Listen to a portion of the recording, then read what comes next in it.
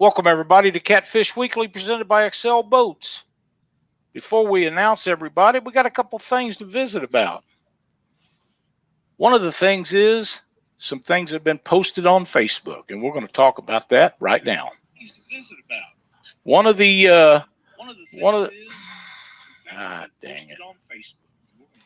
One of the things that we're going to talk about is people making up stuff and putting stuff up that they're not supposed to do. This started a year ago with a guy. It started at a tournament here a while back with some negative stuff being put up about a guy that weighed his fish, and they measured them, pushing down on the backs on some, not measuring fish of other tournament anglers, and they stretching them, trying to pull them away from the bunk board. And this group of handy merry men jumps in, and they start slamming a gentleman, call him a cheater and everything else, and everybody that knows him knows that he is not that. This is the same group that about a year ago made their attempt to take out a tournament director, not just any tournament director, but one of the best tournament directors that's ever been in the sport. And they succeeded in doing that.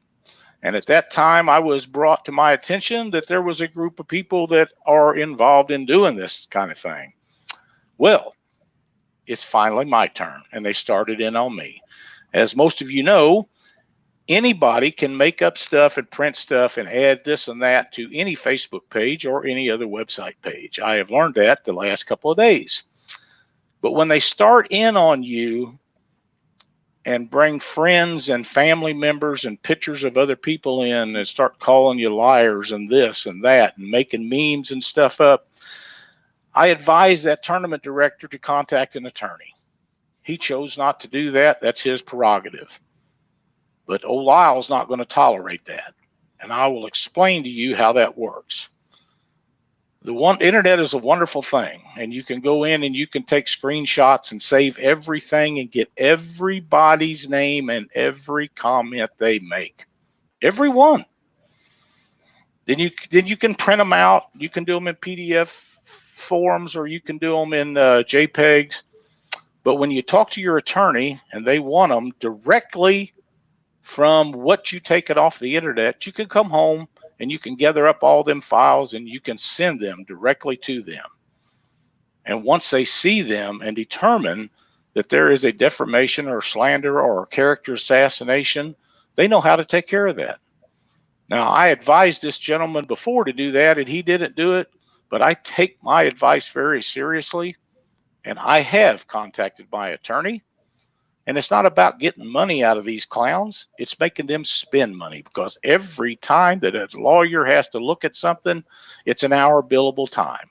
They're not cheap, and I intend to make this go very deep. So I'll drag it out as long as I can to get in their pocket as much as I can. With that being said, everybody that's watching Catfish Weekly tonight, we appreciate you being here. You are here because you like what we do. We do what we do because we enjoy doing it, and we have a great respect for the people that watch the show. We try to make this as drama-free as we possibly can, and any derogatory messages or chat messages or anything like that has always and will continue to be removed and the user banned for life. So enjoy the show. Along with the Dr. Tim Lang and Cindy Stokes, I'm Lyle, and welcome to the show. Doc, we're going to be talking about transitioning water and how it affects fish from warm to cold. We're also going to be drawing out 2 more people for our holiday spectacular, and we'll be spinning the Rig Wrap prize wheel. I talked to you earlier this morning, and you asked me how warm it was, and it was 23 degrees, if I remember correctly, and you had just come in from mowing the yard. Yeah. I was shocked. It was 51 here when I started mowing, and then when I got, and it only takes me an hour to mow my yard, and it was down in the 30s when I got done. Actually, I was starting to shiver on the Z-turn, but yeah, it got kind of cold. It was getting cold. And now we got a little bit of snow on the ground. So awesome. Well, I have to tell you that I feel like after mowing the yard twice a week all year and for a long time, that I'm probably done doing that. In fact, I haven't mowed this week. I don't anticipate mowing next week.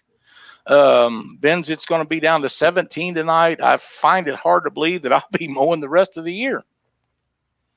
Yeah, this should be my last one. Well, looking in the chat here, I see everybody, saying that, yeah, Muskrat Adventure 57, now it's 27. Yeah, it was a pretty sharp drop. When I talked to Bank earlier, he said that it had dropped like 20 degrees. It was at noon, it was like 63 at his shop, and then it dropped to, in the 20s. So, we haven't talked about this in a while, but I know that you talk to Bink nearly every day, if not every day.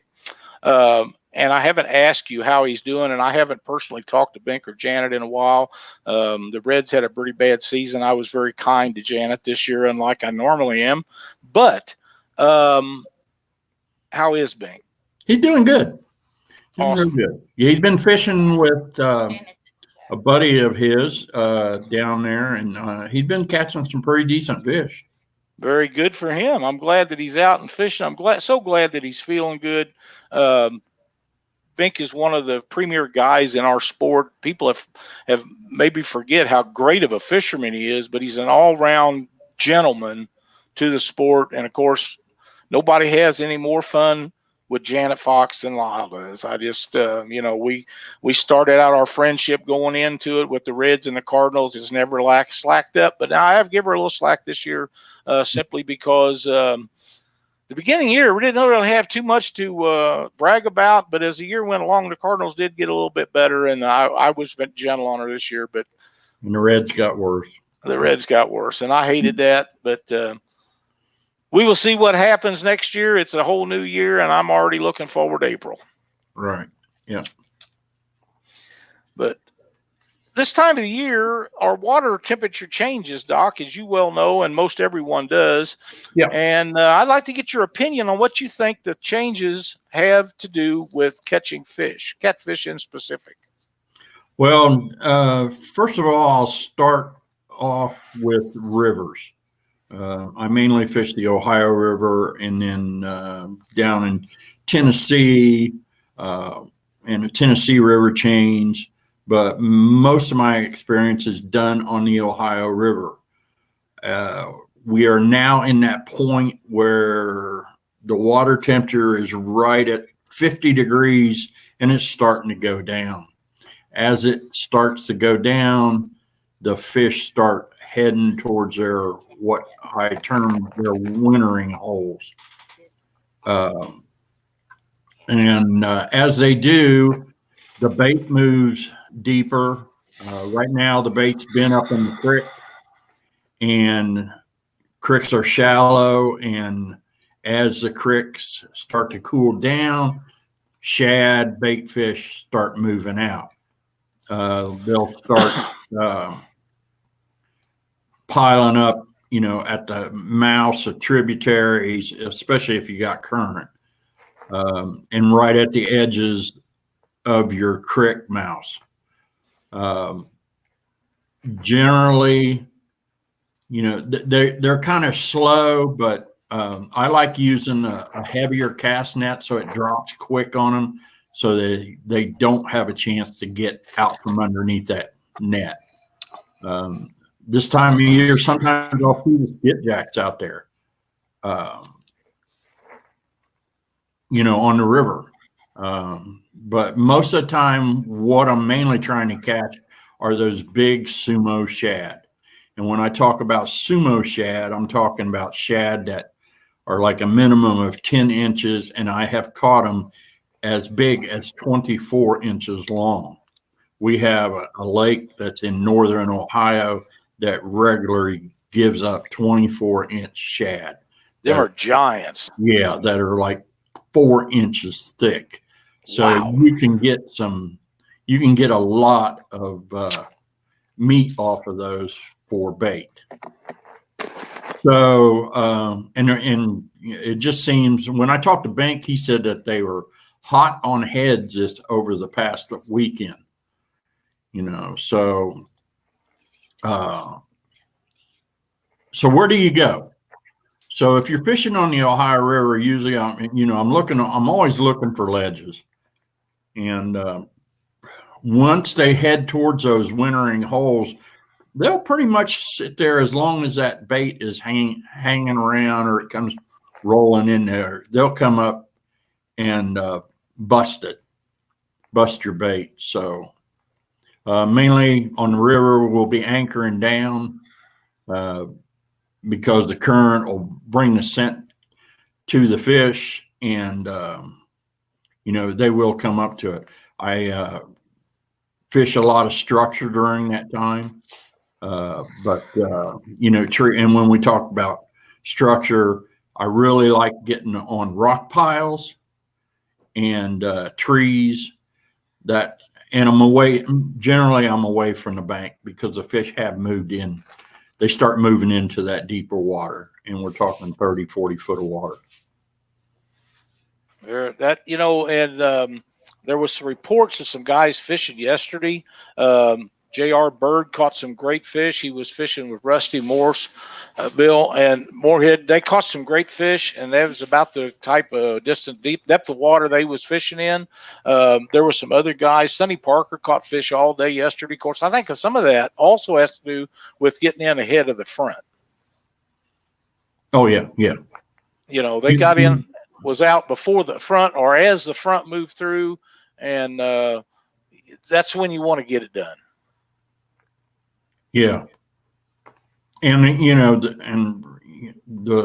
it just seems like over the past couple of years, every time I go out to fish, be it on weekend or it never happens during the week, but it seems like we have a cold front that moves through every weekend that I fish or anybody else fishes. So I'm still learning how to fish when a cold front comes through. Even though I've been doing this a long time, I still have issues fishing when a cold front comes through.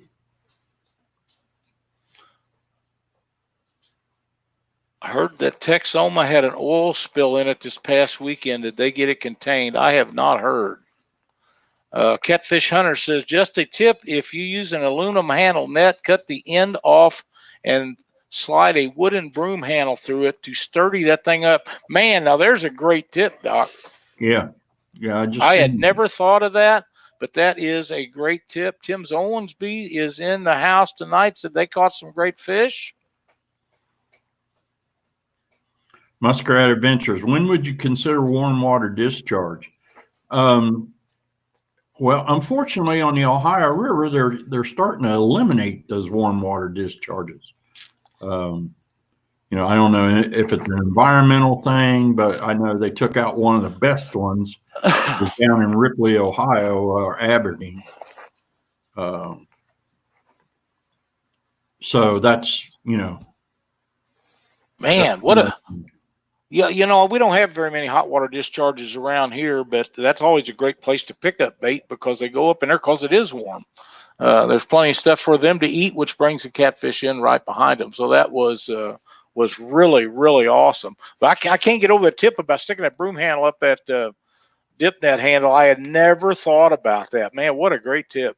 Yeah, that tightens it up. The other thing I've been doing ever since I fished with Chris and we lost 3 nets is I put the big pool noodle that's got the large diameter hole in it. Yep.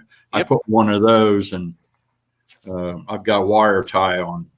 Now I do have an ego net that is small, but it floats. I've dropped it. The kids have accidentally dropped it in the water and you can snatch it up pretty quick. So. Tony DeBuff said that, they contain it at the mouth of a creek. Mouths of creeks is a great place to catch bait also. Sonny, I'm sorry, you'll have to remind me of that. I done forgot it. I had so much stuff going on the last couple of days. I kind of passed it up. Send me your a message or something with your tip in it, and we'll pass that along tonight. But, Doc, it's time to spin the Rig Wrap prize wheel. Wow, time's going by. Okay, go ahead. It is. You have by the way, before we spin the prize wheel, for those of you that most of you already know it, this is one of the very most important holidays of the year. This is Veterans Day. This is where we give thanks to past, present, even the future veterans, military personnel across the world. And we just want to thank them for their service and for those to come. Yep. All right, Doc, give me a number between 1 and 5. Let's do 5. 1, 2, 3, 4, and 5. The winner is Hillbilly Jim Catfishing.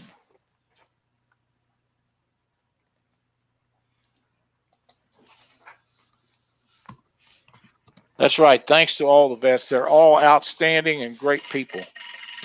There's no way we can give back to them what they have given for us.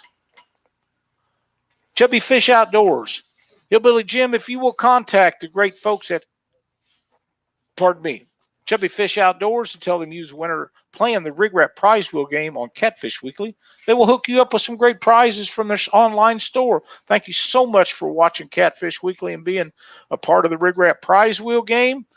Chubby Fish Outdoors, thank you for being a participant and playing in with us and giving away some of your great prizes from your store. Thanks so much. All right, Doc. Anything you see in chat we need to attend to? Harley Neal said, so, Doc, what's your poundage limit makes you stop fishing? My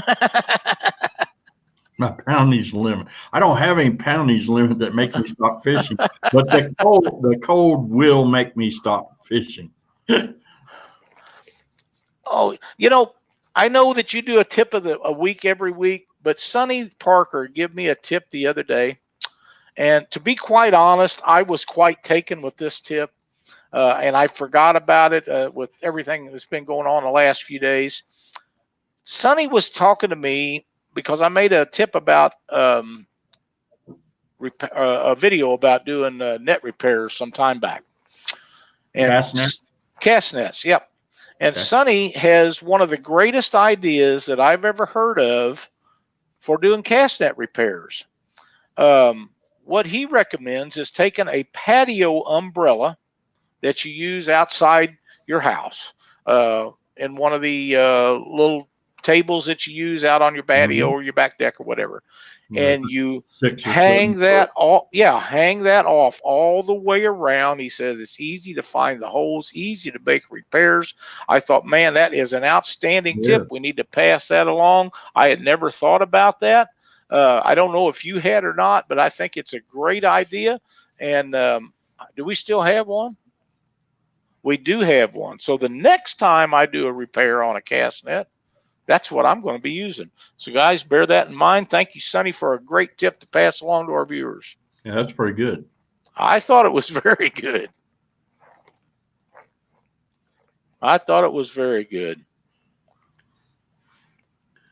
Okay, so, all right. So we just talked about on the river. No condo there in Florida. Who said that? Glenn says Doc needs a seasonal condo in Florida. Yeah. So now let's switch gears and let's go to lakes. Let's do.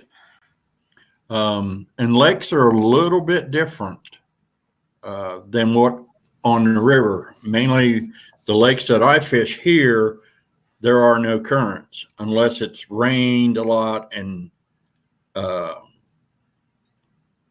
it generates some water coming in on the creeks that feed the lakes around here. So what I generally do, I've got a lake that's right here close to my house, CJ Brown, but it has a lot of eating size fish. And then during the winter, I do nothing but try to chase after big trophy channel cats.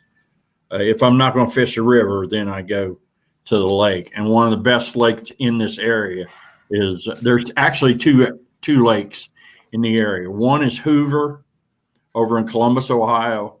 The other lake is Rocky Fork in Hillsboro. They both have big shad in the lakes, and the sumos, but they're more like river shad. I've caught some of these big shad out of these lakes, and they're like huge river shad. And the fish have a tendency of biting, even though the heads are massive on these things. The fish have a tendency of biting really, really good on the heads. And then you have so much body that you can use off of these. You know, you can chunk them up and do all kinds of things. But when I'm fishing on the lakes, then what I'm doing is I'm dragging the baits, but I am dragging them as slow as I can drag them, because you don't have any current. And it's hard for me to just sit and anchor and try to, you know, catch a fish that way. Last year, Daniel and I think it was 2 years ago, Daniel and I were fishing Rocky Fork, and we were just pounding 14 pounders right and left when I had a big 22 pounder. Wow. And actually, I thought I was snagged up because Daniel's fighting a 14 pounder. I'm fighting a 16 pounder. And I look over and the rod's down. And then I looked over at Daniel. I said, Daniel, what have you got that trolling motor on? And he goes, it's on 0.3. And I said, I looked over and the reel is just ripping off. I said, I don't think that pole's hung up. And then he had almost pulled it completely out, but man, it was a monster channel cat. Busted Budget Outdoors would like to know, at what water temperature do you decide to go off trolling motor and onto the anchor? When I'm on the river, on the river, you know, the trolling motor I have, I don't ever drop an anchor. I use my trolling motor as an anchor. But usually at 50 degrees and below, I start going full anchor. You know, I spot lock, right, using mine. Just I carry the anchor because the state law says I have to carry the anchor. But I've got a Rodan, and I haven't dropped an anchor in probably 2 or 3 years using that thing. I just drop that in there, and then that allows me the freedom to move around if I don't like where I'm at, and especially if I'm fishing barges. The mouth, you know, right in front of barges, the Rodan allows me to work the barge without ever having, you know, I don't have to pull up an anchor and reposition and do that. So the trolling motors, be it a Rodan or a Minn Kota, I really like the, I really like using the spot lock on them. That's really good. You're welcome, Busted Budget. We're glad to help you out. Do you prefer windy weather for catfishing in lakes? I don't mind some wind. I don't want a whole lot of wind. That just forces me to start throwing drift socks out and, you know, actually changing my tactics. And in the wintertime, it gets even harder to do it. Generally, as the water gets colder on lakes, I go deeper. So, you know, I'm targeting like 20 to 30 foot of water. And a lot of times, rather than dragging the baits, I'm suspending the baits or dead sticking. There's all different sorts of names that people call it. Right. You know, I'm really watching the depth finder, seeing where these fish are staging. A lot of times, you know, they'll stage 5 or 6 feet off of the bottom. So if you're dragging a bait along the bottom, you know, generally from what I've noticed over the years, they don't ever want to go down. They'll come up on a bait, but they don't like to go down on a bait. So, and that actually that kind of changes because Wheeler and Wilson Lakes are a different, you know, that's a different way to fish down there than what we have up here. That's exactly right. Because even though they have colder weather and cold water conditions compared to what they normally have, they don't have the temperatures that we have here. Right. Yeah. So, and, you know, the water doesn't get near as cold, though. Last year during winter blues on Wheeler, that water was like 38 degrees. What was it a couple of years ago when it was 8 degrees down there? Yeah. Yeah.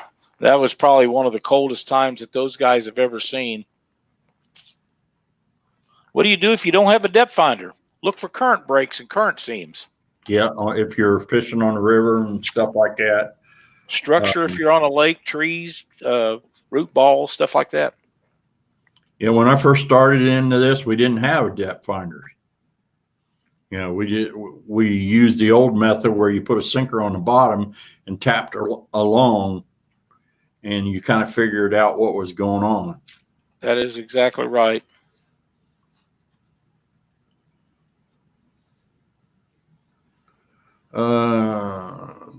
What about December last year, Lyle? That was cold. Yeah, it was. Yes, it was.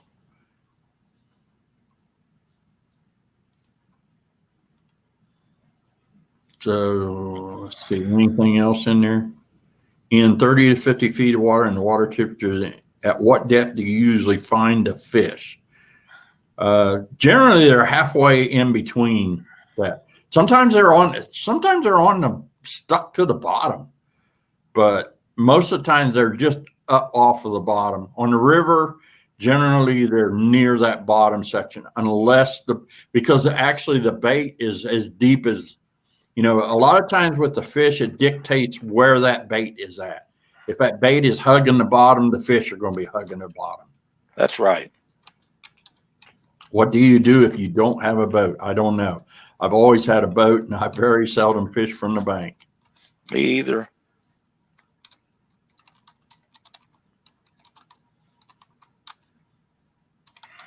Trying to keep up with all the questions here. They're going by pretty quick tonight, Doc. Yeah. But you know what? It's time to spin the old prize wheel again. Okay. Cindy, do you have a number between 2, 1, 2? And the winner is Jimmy Woodward. Jimmie Woodward, Woodard.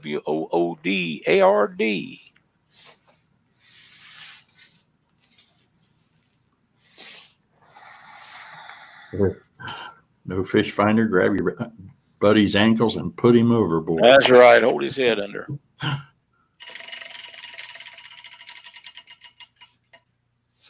Hooker's Terminal Tackle. Jimmy, if you will contact James R. Wood or any of his crew at the Hooker's Terminal Tackle, tell them you was a winner on Catfish Weekly playing the Rig Wrap Prize Wheel game. He will ship you out a supply of Mad Catter hooks. You will like them. We all have or do use them all the time. And we want to thank James for everything that he does for us. He has done a great job over the years, being a great supporter of our show. He sent out tons and tons of hooks and different things, and we appreciate everything that he does. So thank you, James, and thank you, Jimmy, for watching the Catfish Weekly and playing the Rig Wrap Prize Wheel. Tim Owenby, what do you all do to keep your motors from freezing in that cold of weather? As long as that lower unit is in the water, it seems to tolerate everything. But when we bring them out, the first thing we're doing is we're dropping that lower unit down to its lowest setting, get that water drained out. And the other thing I'll do is I'll just flip that motor over just for a couple of seconds so it pushes that water out of that water impeller. And, that's how we drain the motors. Yep.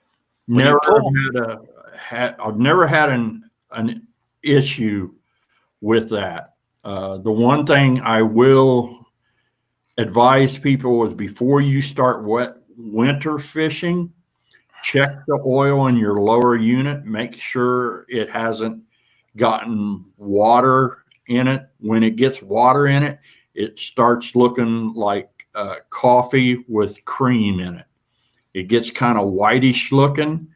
If that is a problem, it'll freeze and bust that lower unit if you don't get it taken care of. So, and a lot of times I'm always, after every trip that I take on the water, especially in the wintertime, the first thing I do is I get home, I pull the prop on the engine, and I'm looking for fishing line that can get in that rear seal. And that's about the only way that water gets in those lower units is through that seal. unless you have a seal on the two plugs, your fill plug and your drain plug on your lower unit. If those washers don't get put back in or they deteriorate, then that's another way that the water can get in. That's right. And I see a message here from our old buddy Ken Pryor says, did everybody winterize your wash down pumps? Those must be drained or they will also freeze and break. Right. And that's a good point, because I don't have any. I've never had a wash down pump, but yeah, I've not either. I know most of the new boats have them now. Yeah, and you can, most of them you can get. Stephen Hare says it looks like a Yahoo, and that is correct. They get the consistency of I don't know. I don't want to say Jello, because it's really not that, because as it warms up, it thins out. But it is, it's very chocolatey milk looking at it, or a tan color, and coffee. Yeah, that's right. And coffee with cream, and it will freeze up, and it will.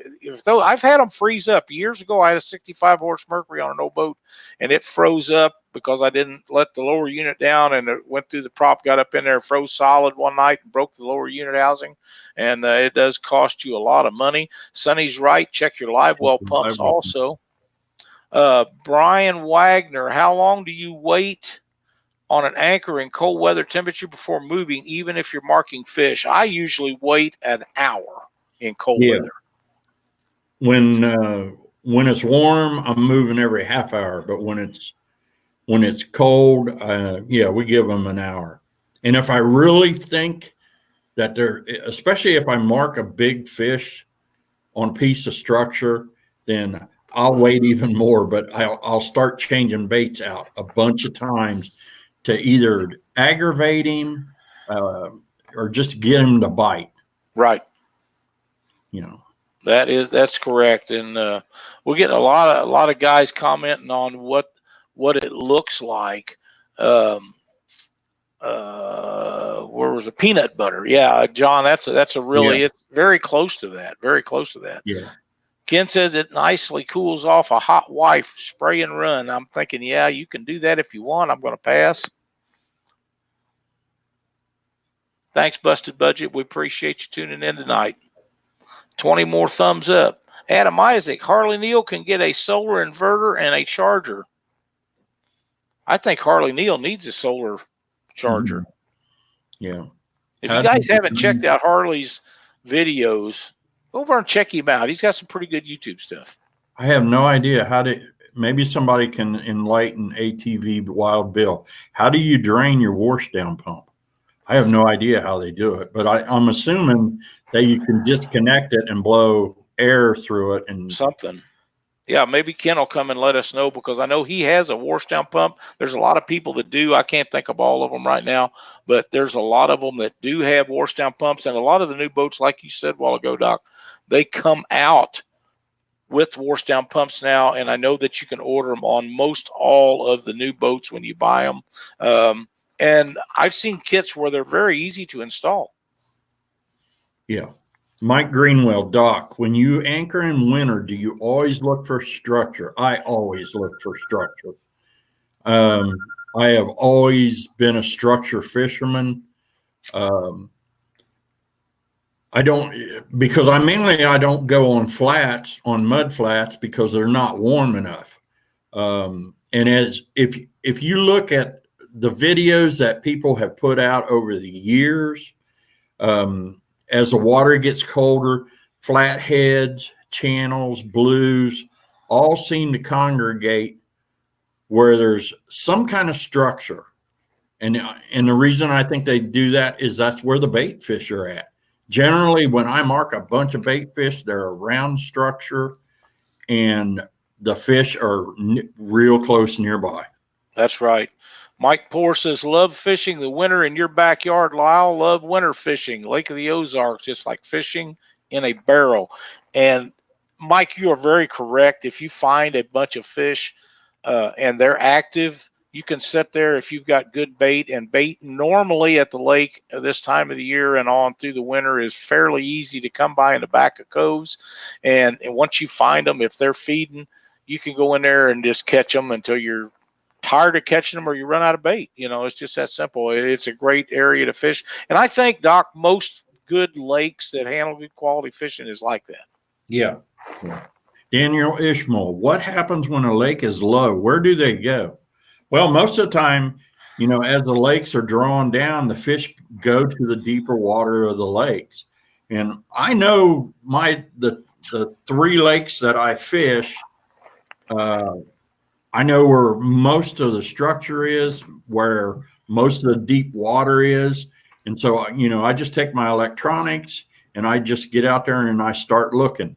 I'll use the side scan to look out over the sides.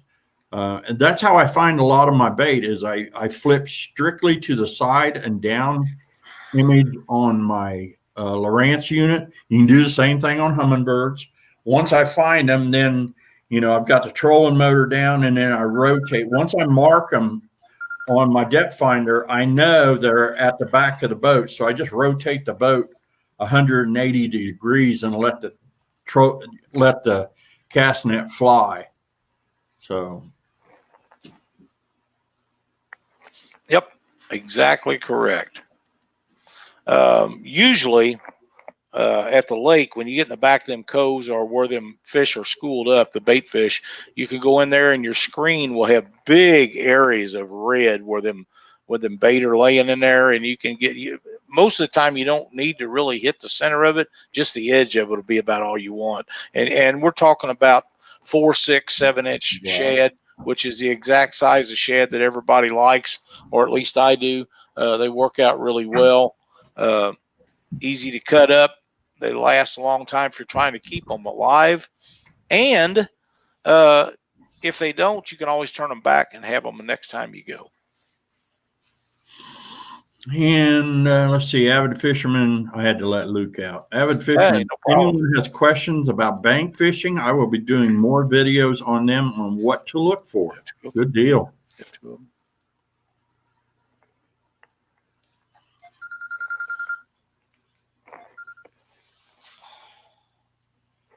We should make an LED strung up cast net for cast netting in the dark. Oh, that's cool. That's not a bad idea. What area of Rocky Fork do you like to hit in the wintertime? Okay, I'm trying to get I go away from the campground, Justin. I come out of where we normally, out of that creek mouth, I think it's North Shore, and I go straight out and I start working that water straight in front of North Shore back towards the dam. If you take a look at your mapping, there's several rocky areas. There's several humps out in that, and that's what I'm targeting on that. And then I go over on that other shore, the south shore line, along that area. Very good. Most of those fish will be looking for a place where the wind's blowing into and where the sun is shining, if it is shining. That's generally that's if the wind is blowing and blowing hard, if I can tolerate the wind, I always fish the windward side. Whatever shore the wind is blowing into, that's what I'm fishing. I always thought that the wind pushed the bait that way, but when I talked to Bill Dance, he said no. He said what happens is the algae gets pushed there and the shad follow the food. That's right. Which makes sense. I always thought it was the wind just pushed them there. No, they're following what they eat, and the bigger fish basically do the same thing. Usually, if you find a great group of fish or of bait, the fish won't be far behind them. Now, whether you get them to go or not, sometimes that remains. But a lot of times, I like just fishing right underneath of them. Works out really good most of the time.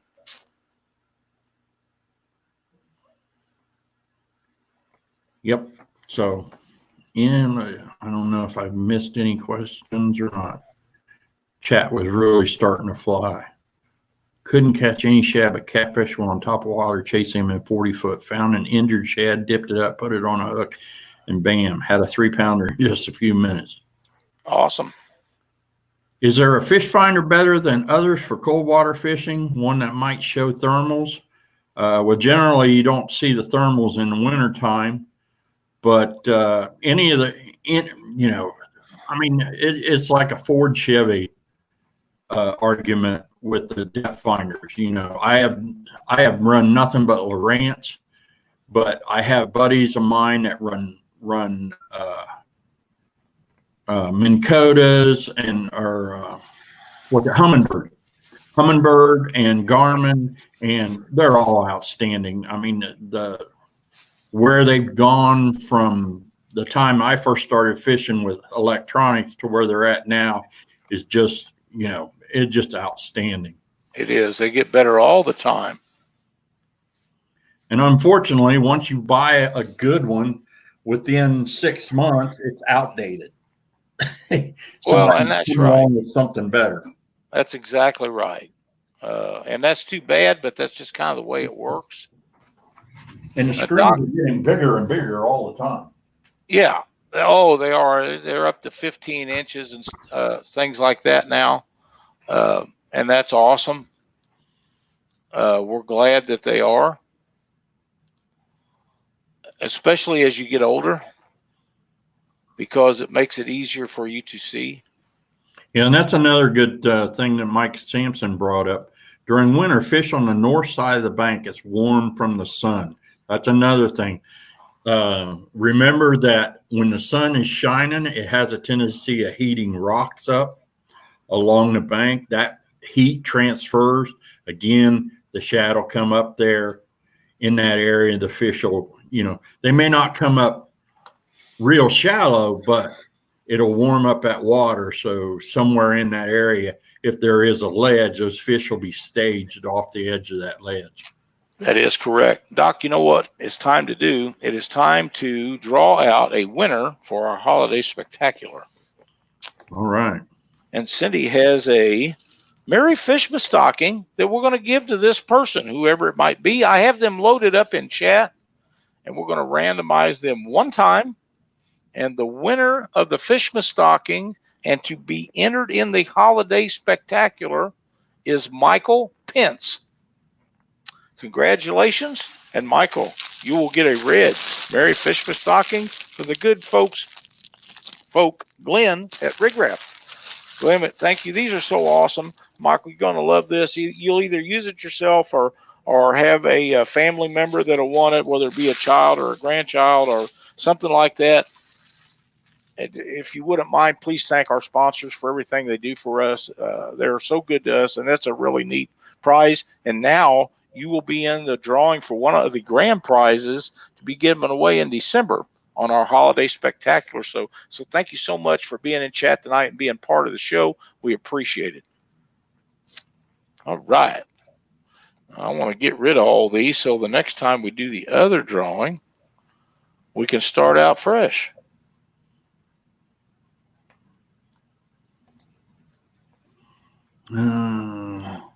David Fine is big enough to watch. Yeah. Carl Wells, Jeremy Beecham says Carl Wells Fish Finder is big enough to watch a football game on. He must have the 15-inch. So, I've seen some. I have a 12, and I really like it. I've had some 11 series, and I like those very well too.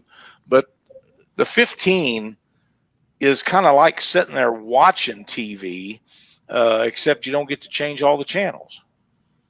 Yeah, what I like about the bigger ones is you can add more screens. You can have, right. Like my new one that I've got is a 12-inch Lowrance HDS Live, and I can put 6 windows on that thing, and wow, the different configurations. So yeah, 4 is the most that I've ever done, and that works out really well. My favorite's 3 because of the 3 that I like to use most of all. Hillbilly Jim Catfishing says, Doc, do you downsize your gear and slow your presentation? I don't necessarily downsize my gear. I still use the same rod I'm still using like 6 and 8/0 hooks, but I do slow down my presentation. I do, I creep. Right. And Doc, do you downsize? Okay. Is Catfish Weekly on Monday only? Yes. ATV Wild Bill Catfish Weekly is every Monday. Every Monday. We missed, Yeah. 4 or 5 shows in the last over 5 years. Yeah. And there's some things that come up once in a while, not too many. But once in a while it does happen, but usually every Monday night.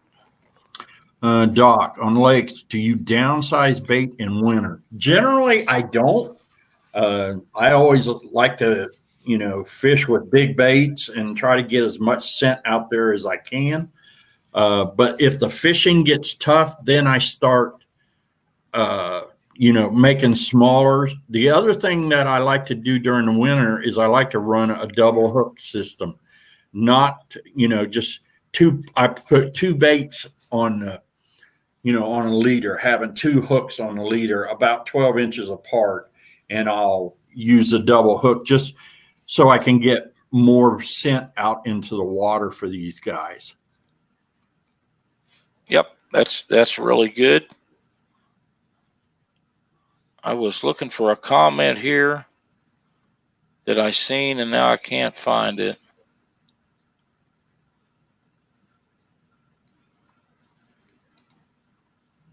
Just to see how deep it is. Yeah. So, Doc, you said you prefer Lowrance. Why? I've always used Lowrance. The question from Kentucky Catman Outdoor Adventure. Doc, you said you prefer Lowrance. Why? I have run Lowrance ever since I've owned a boat, which was back in 1994. Prior to that, I had the Lowrance green box flasher, which I wish I still had that. I really do. I've got it somewhere. I just got to find it. So, but I've been on so many boats since Lynn passed away that, the Humminbird units just are outstanding.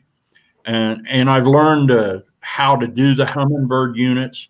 I help people out on Lowrance. I help them out on Humminbirds. Just when you spend as much time on the water as I do, you learn different tricks to do. And so many people have taught me different things on their, you can't learn everything about these things. I mean, they're constantly changing. The newer units are different than the unit I had 20 years ago. Yep. Ken Pryor, you and I are going to agree to disagree about that. On both. But it's okay. It is okay. I wish you was closer to dial my Lowrance in.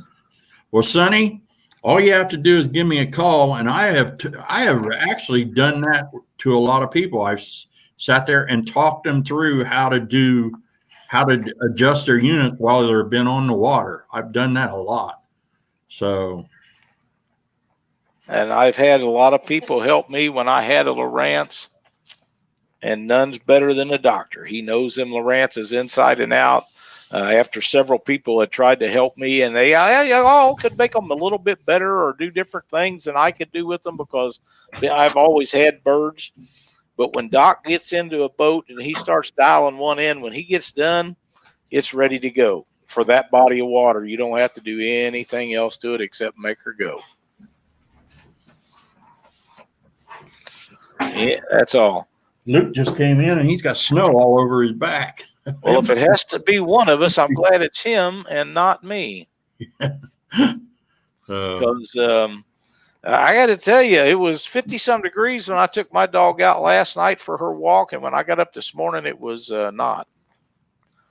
And it was just pretty chilly, to say the least.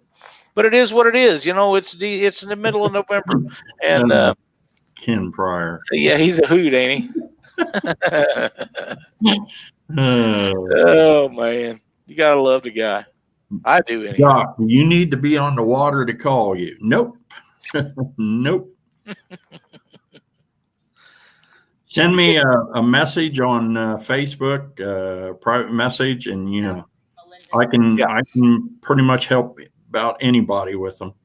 So, well, after 30 or 40 years of doing it, it makes it a little bit easier. Thanks, Morales Fishing, for watching the show. We appreciate you so much. But not enough horsepower to hurt itself. I like that, John. That's very good. Josh Monick, yeah, I want the one with the 3D imaging like Steve Douglas had. That thing was awesome. I spent a week on the water with him, and it is amazing how that new Garmin works. I mean, oh, wow, I fell in love with that thing. Yeah, I'm very impressed. I hope to get on a boat with Steve or someone at some point that has one of those. I would like to see it operated simply because from the pictures and the imaging that I've seen online, they do wonderful things. And I would love to be in the boat with somebody that's had one a while and knows how to make it talk, and do the stuff it's supposed to do. Oh, Carl Wells says Steve's supposed to be coming out with a video on that. That'd be really good. Yeah. That'd be a very well-watched video, I would have to think. I would have to think it ought to do very well. Hey, Doc, it's getting close to the end of the show. How about a tip of the week? Oh, tip of the week. Okay. Let's see here. Let me get this. All right. So now we're getting into the cold part of the year. The water is cooling down. And I'm going to give this tip because it happened to me and I wasn't prepared for it. Last year, I fell into the water. It was 35 degrees and it was cold. And we got back to the truck. I didn't have an extra set of clothes or anything. So I had to go all the way. We were an hour away from the house. I had to go all the way. I stripped down to my underwear sitting in Daniel's truck. So my tip is to have a bag ready that has a full set of extra clothes, maybe some tennis shoes, socks, underclothes, a towel, maybe even a wash rag, and also the hand warmers. Hypothermia, I was a medic for 25 years, and hypothermia sets in quick on you. So, you got to get the heater up. You got to get those wet clothes off of you. And as you get older, like Lyle is, you got to get your body warm back up quick. That's right. So that's Doc's tip for the night is to carry another set of clothes in your truck. Yep, that's a great idea. Jeremy, you're right. Dry bag works really good if you got one that actually is dry. Some of them that they make are, and some of them aren't. But, Doc, another great tip. You know what we got to do? I got to take these participants out of chat and load them back up as soon as it will let me do it. Participants. And we'll get all them, and we'll do another giveaway. Luke must be thirsty. I can hear him drinking. Yeah, he's over there. Well, he's also eating, so he must have been trying to scoop his nose. One of the things that he likes to do when the snow gets 4 and 5 inches deep, he drops his nose down into it, and then he goes along like a snow plow. But he just came in, and I can see his nose bleeding, so he must have been trying to do that. Oh, man. We're going to randomize this one time. And the first name that comes up is Angry Cat Fishing. Angry Cat Fishing, you are now in the drawing to be held in December for our holiday spectacular. You are also going to be getting a prize sent out to you. We only had one stocking this week. We have some more on the way, but they haven't got here. So we'll send you something else out from one of our great sponsors, it'd be something you like. Thank you so much for watching the show. Being in chat, we appreciate it very much. You've done a lot of stuff for us over the years, so this is one way we can get back to you just a little bit. And we want to thank all of our sponsors for everything that they do for us. Angry Cat Bobbers makes some pretty good products. It does a really good job. Justin is a really good guy. Yeah, Stephen, you're right. Hypothermia is no joke. It takes you down real quick. Yes, it does. All right, Poncho, good to see you on Catfish Weekly, buddy. We was when I got the call that you had got in the water last year. Daniel was pretty shook up. Yeah, he really was. But like I told him, I was really happy with the fact that you had a guy like Daniel in the boat with you, somebody a lot younger, strong, knew what to do, got you taken care of, and got you warmed up, because getting warmed back up to correct temperature is one of the most important things that you could possibly do. Yeah. So, but your guys are welcome on the tip. Yeah, it ain't no fun when you fall in the water. No, it's not.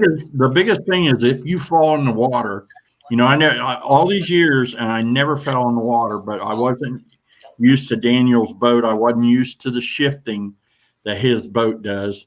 And my new boat, I've got to watch that deal with my new boat, because it's not a ProCat 240, and you can walk to the edge and it's going to lean a little bit, where my 240 never did that. No, they set pretty still.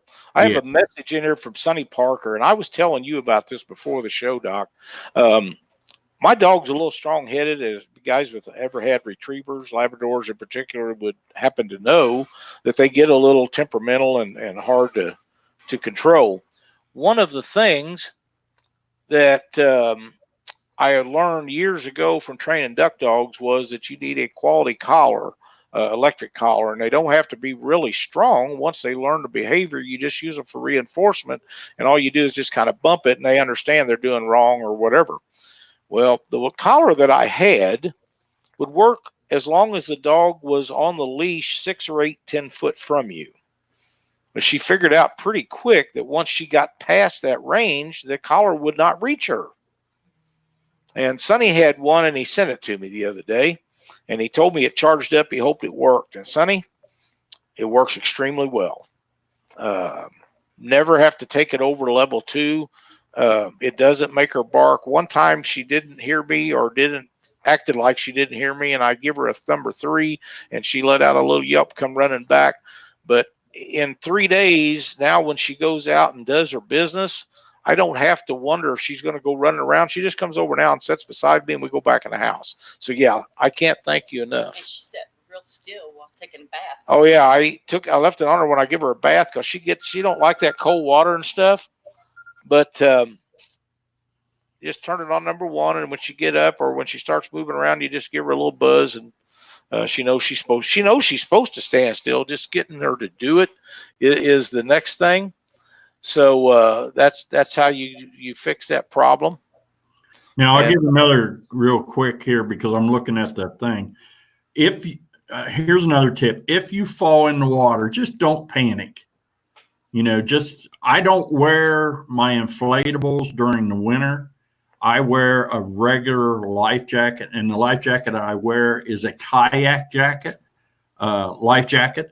And it goes down farther on me. But the biggest thing is it keeps me warm.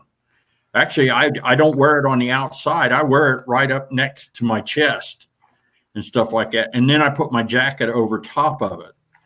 So I've always got that thing on. But, if you do fall in the water, just don't get in a panic. Just lay there and let things settle down. What happened is I landed on my back. I had my arms folded across my chest, and I just kept talking to myself, don't panic. Daniel was in a big panic. I'm sure. He had never ever had this happen. And so I just laid there, and then I had muck boots on. They filled up. As soon as they filled up, it rotated me right straight off my back. And I reached up, and Daniel was right there with the boat. And, don't try to get in the boat. You're not going to, with that much, when that clothing is so soaking wet, you're not going to get back in the boat. So I told Daniel, I said, take it easy and take me to the shore. So he took me to the bank. And then as soon as I started feeling the bank, I told him, okay, ease it back. And then I just literally walked right out onto the bank. And then I stepped back in the boat and I turned around and I said, head for the dock. So I kept my back and I just leaned over and I kept my back so the wind had less, it wouldn't affect my face. And, because I didn't have, everything was soaking wet. So that's what we did. And then as soon as we got back, I started getting out of them wet clothes. He already had the heater, he put me in the truck and he loaded the boat up and stuff like that. But that's the biggest thing. Just don't get in a panic. They will hold you up. Even when you got all the wet clothes, I was really surprised how far it did hold me out of the water. Well, and another thing is, you remember when the gentleman, and we didn't bring his name up last year, we're not going to bring it up now, fell in the water down in St. Louis with J.R. Bird and a couple of them guys.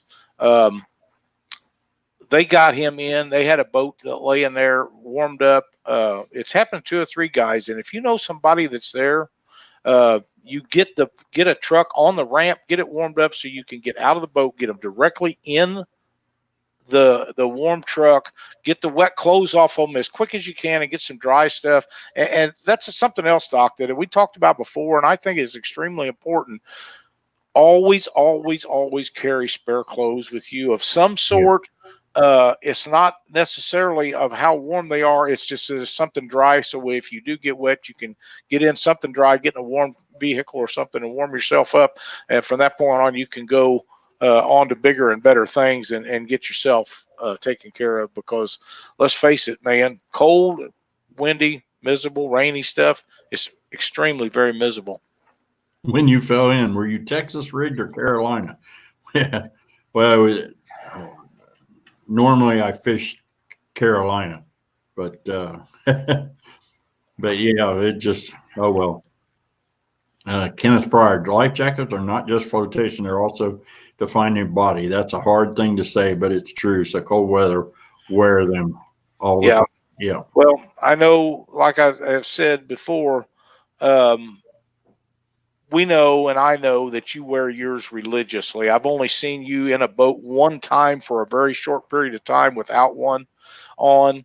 And most of the time, you wear yours all the time, even so much as before you get in to the boat. And I think that's outstanding. And a lot of other people need to do the same, including myself. I'm the world's worst at it. I don't like them. They're uncomfortable, even the new ones, but they're not bad. You get used to them, especially with somebody's hounding on you to put them on all the time. And we also have talked about the fact that, in my opinion, I think tournament directors should make it mandatory in all tournaments that life jackets are wore at takeoff. It would be excellent at some point if they could make it at any time the big motor is running. But they should, you just got to wear them. I mean, that's just kind of the way it is. Yeah. Sonny Parker, catch your breath and control it. Don't panic. And that's the first thing that happens. It knocks the breath right out of you. As soon as you hit that cold water, your first reaction is you like that, Doc, there's a question there from Skip Stewart. Doc and Lyle, what do you use for corrosion on plugs in your boat? Now, I'm not sure he's talking about spark plugs or the regular plugs that you put in the back of the boat to keep the water out. And that was my tip last week, and that's dielectric grease. That's right. Right here that you see. This is Permatex dielectric grease. So I'm assuming you're talking about the plugs that go in the backs of your Lowrance or Humminbird. I use this stuff. I mean, this stuff is really, it's kind of tacky. It doesn't get washed away. It stays right on there. I use it on the truck. I use it on all my electronics. So I'm hoping that's what you're talking about. Yep. I assume that that's what he is. we'll see how that goes. But yeah, them plugs, you got to keep the corrosion down on them and go from there. Yeah, angry cat. Us fat guys know to stand on the cavitation plate and trim the motor back into the boat. That's right. That is a fact.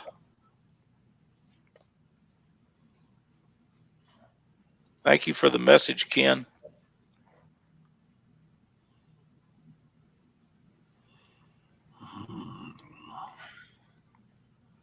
Save an old timer who fell out of his canoe in ice water. 19. Okay. Call me, Doc. I can bring you some dry clothes next time. Yeah. It might be Hopefully too there late won't by be then. next time. Might be too late by then. Ice fishing? No. Cotton is not a winter fabric where fleece and wool blends. Yep, that's a That good is one. correct. Yeah, Ken, I know there's a lot of that going on. They hacked my name a while ago. They think they're funny, but it's okay. We'll take care of them as they come through. That's part of what we're dealing with right now, and we're going to continue on. They can do and say as they want. They're going to, but like I say, we'll see who gets the last laugh before it's all said and done. Always Doc, have a rope that's reachable from the water. Yeah. Yep. Get out of here. Doc, we had a great show tonight. I want to thank everybody for watching our show and being a part of Catfish Weekly. Bear with us as we go through these hard times, but like I say, they're going to get better. We've been doing this a long time, and we appreciate everybody's participation in chat and all the cool people that join and watch our show. Times like this is where we find out who the true people that like what we do and who our true friends are. And from the messages and emails and phone numbers and stuff our phone calls that I have received in the last few days, it makes a world of difference because it's very easy to see who are not your friends. But we'll deal with that. We're going to deal with that. Thank you, Zachary. Thank you. 91 thumbs up, 4 down. Yep. So we're good with it. We're good with that. We had a lot of fun tonight. We had a lot of, I think, quality information. I think a lot of other people will too. Again, I want to thank Sonny Parker for the shock collar and the cover for my boat and all the stuff that he sent me. That was awesome. Really appreciate it. Thank you, John. Thank you, K&B. We're going to be back next Monday night, Doc. We haven't decided on what we're going to talk about, but we're going to talk about something. And we're going to give away 2 more entries to the Holiday Spectacular. So be sure to tune in. Cindy will be here to spin the Rig Wrap prize wheel. Thanks, everybody, for watching Catfish Weekly, and we'll see you next Monday night. Thanks, everybody.